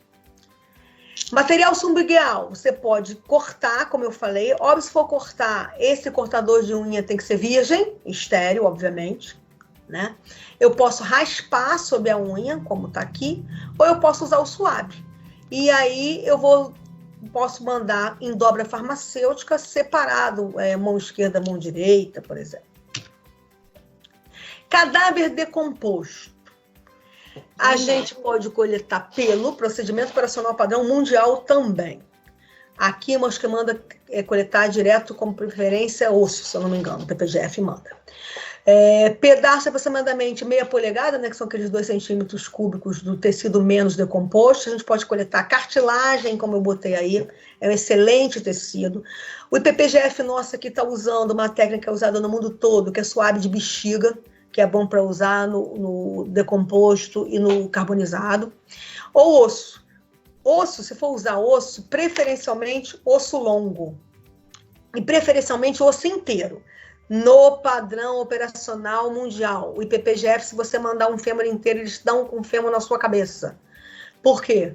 Problema de espaço, que a gente não tem uma central de custódia. Então, eles mandam cortar um segmento de osso.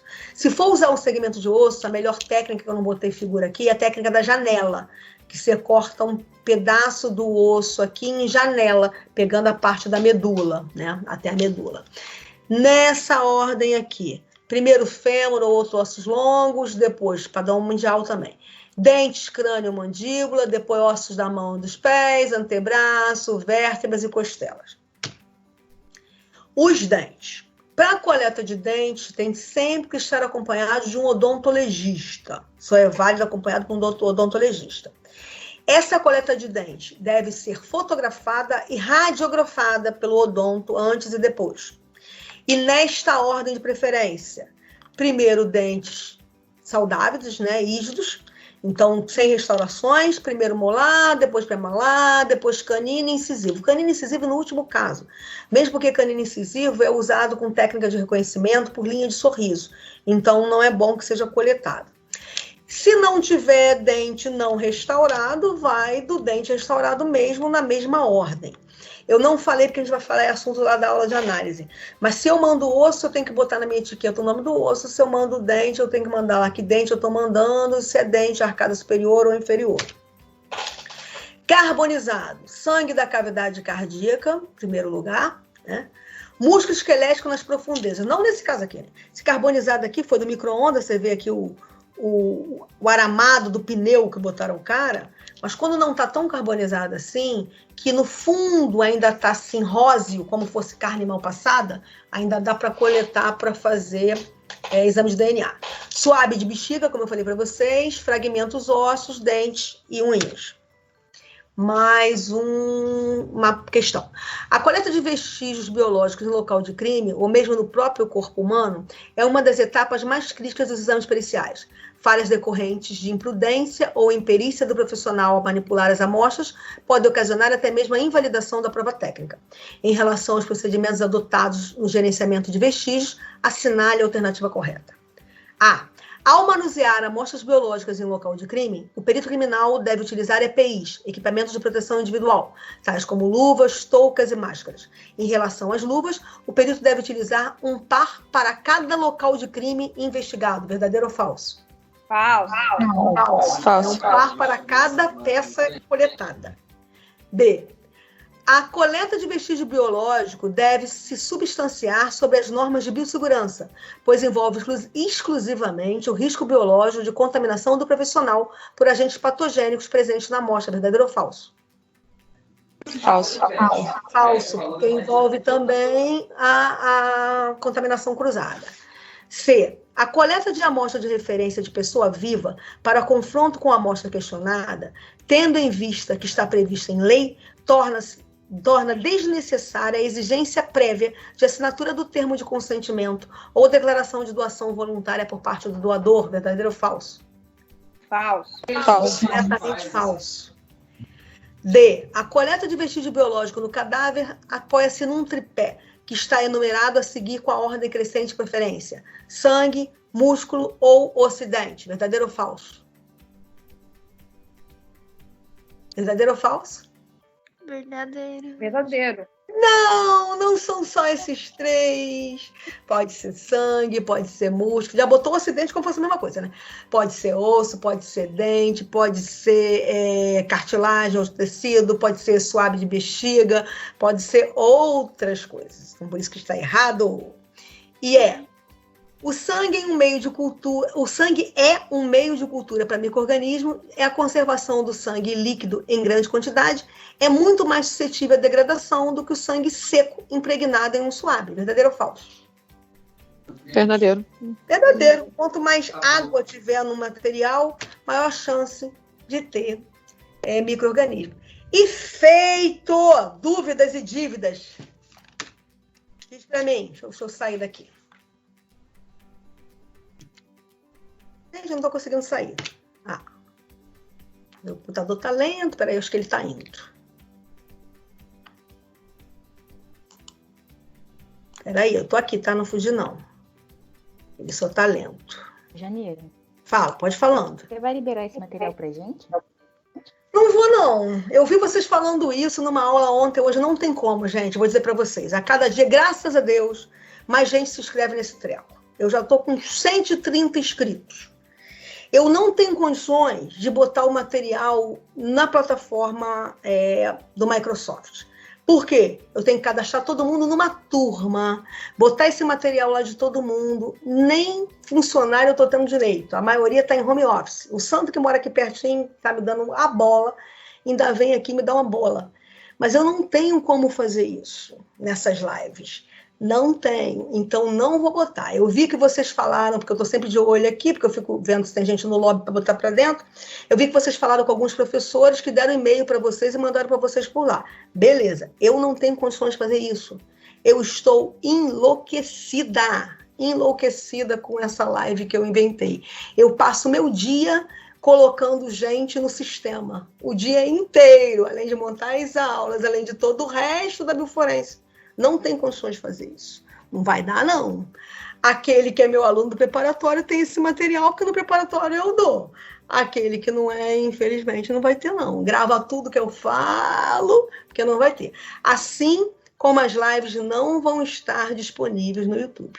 Eu botei lá de entomologia forense, que foi a primeira, mas vamos dizer assim, para dar o gostinho de quem ainda não doou, para doar e participar com a doação do IFE. Tá? Fala, mais perguntas?